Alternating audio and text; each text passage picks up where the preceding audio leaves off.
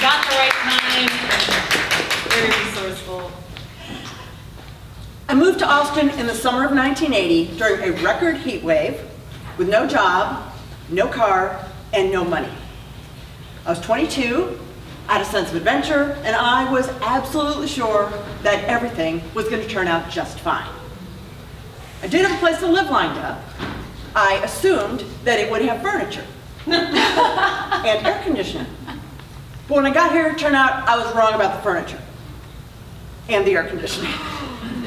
My first night in Austin, it was a miserable 101 degrees.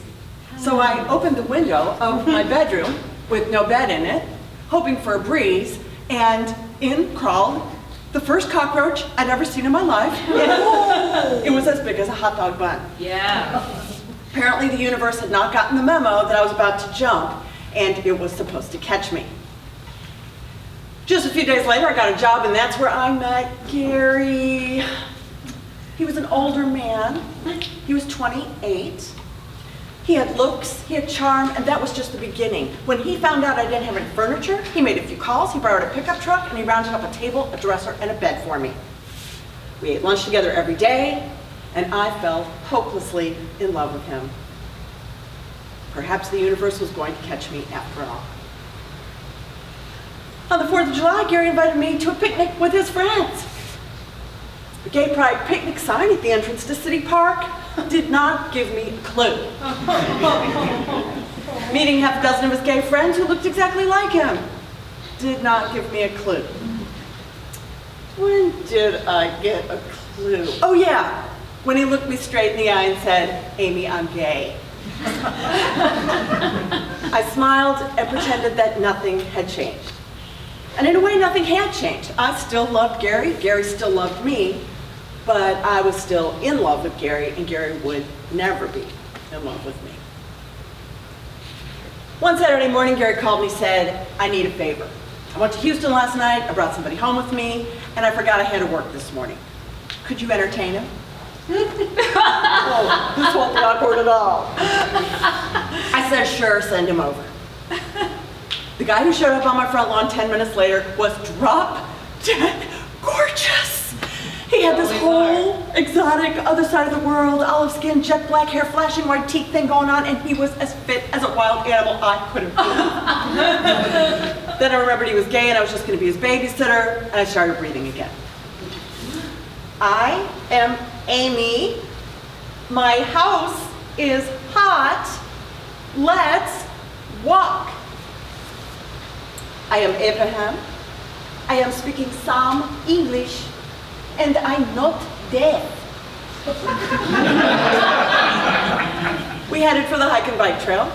For the next 2 hours, we walked and talked about his favorite food and the music he liked and movies and cars and dogs, and I looked intently into his deep, dark brown eyes the entire time. Abraham was a really good sport about everything. At one point he tried to tell a joke, and all of the humor was lost in translation, and we had a good laugh over how funny it wasn't. At another point he asked me, "How pound are you?" And I said, "I weigh 105 pounds, which was a lie." And he said, "I think I pound you more." Finally, we sat down in the shade. Abraham said, "We should not be getting along." I said, "Why not?" He said, "I am from Iran. You are Jew." I said, "I just met you today, and I like everything about you. A lot." And then in the dearest, sweetest gesture of friendship, he slipped his hand into mine as if to say, "I appreciate everything you've done." He was still holding my hand when the fingers of his other hand touched my wrist and continued up my arm, up to my neck, and into my hair. And that's when I realized that Abraham